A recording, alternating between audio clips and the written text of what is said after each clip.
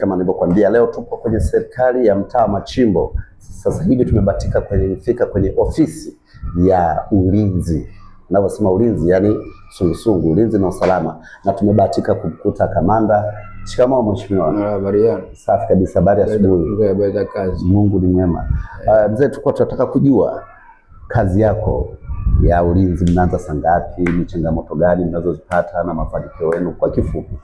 Kwa wastani hapa, mimi kwanza nijitambulishe kwamba mimi naitwa Abdalla Yahya Mwela, kamanda wa ulinzi mtaa Machimbo. Asante.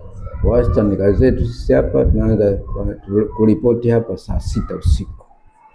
Around mpaka saa 6:30 tunaanza kugawana katika zoni zetu. Zoni zimezigawa kutokana na idadi ya walinzi. Kuna zoni kama 6 hivi. Hizo tunafanya kazi kwa ufanisi mkubwa. Mimi niko na kamanda wangu msaidizi hapa, Bwana Ali Hassan. Tunafanya kazi vizuri, lakini una changamoto hasa kutokana na walengwa wetu, hasa masuala ya ulipaji. Wananchi wote kwa kweli ulipaji wakati mwingine tunapata shida. Utamkuta unamfuata mtu achangie ulinzi, lakini atakuzungusha we mpaka nafikia hatua ambayo mnafikishana katika vitu vya kisheria. Haya ndio changamoto tunazozipata kwenye masuala ya ulipaji au uchangiaji.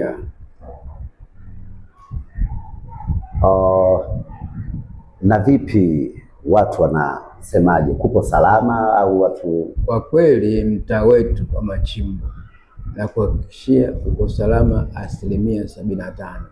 75% uko salama. Asante. Mnajua kwenye mtaa wenu huu kuna kanisa kubwa la Roman Catholic. Ndio.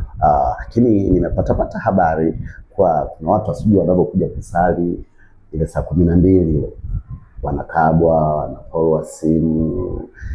Tatizo ni nini hadi linatokea hiyo? Tatizo ni kwamba sisi kama nilivyokuambia tunaripoti saa 6 mpaka 6:30. Tunamaliza lindo saa 11 alfajiri. Sasa watu kuanzia hapa ulinzi unakuwa haupo. Na je, kama nyie mmeshawahi kusikia kwa kuna watu wanakabwa hiyo siku? Tumeshasikia na wamewahi kufika. Kama mkuu wa sungusungu hapo, hilo swala umeplani kulidadavua vipi, yani kulitatua vipi? Hilo tumeplani kulitatua hasa wao wenyewe, kwa sababu huu ni ulinzi shirikishi. Ni wewe na mimi. Unapotoka nyumbani kwako, muda ambao sisi walinzi uende kwa tahadhari.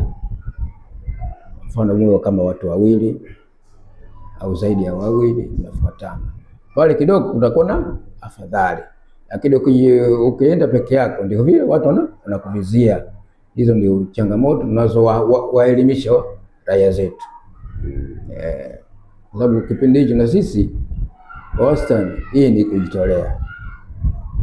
Posho tunazopewa sisi hazikizi mahitaji. Unapo maliza lindo unabidi uende ukahangaike na wewe kupata riziki za kujitosheleza kimaisha. Kwa hiyo uwezo ukasema bado mimi niendelee na mpaka saa 12. Kule nyumbani nako itakuwaje? Kwa hiyo tatizo ni kwenye tatizo. Ndugu mtazamaji na msikilizaji, kama ulivyomsikia mkuu wa sungusungu mtaa wa Machimbo, anasema mambo yamekaa vizuri, lakini tatizo kubwa linalowaadhibu ni kwamba linatokea mara baada ya kuwa wao wameshaondoka kwenye kazi yao. Kwa wao wanamaliza saa 11 na hapo wanaingia tena nao kufanya nini? Kutafuta. Yaani wanaenda kujiandaa kwa ajili ya kwenda kutafuta huko wanakotafutia. Wazo lao na ombi kwa unapotoka nyumbani jitahidini mtoke 2 au 3.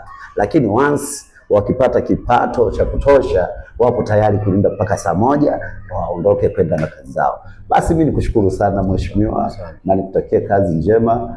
Kamanda msaidizi, mpo vizuri.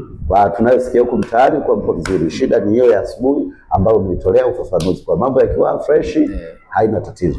Basi nikutakie asubuhi njema na kazi njema. Asante sana.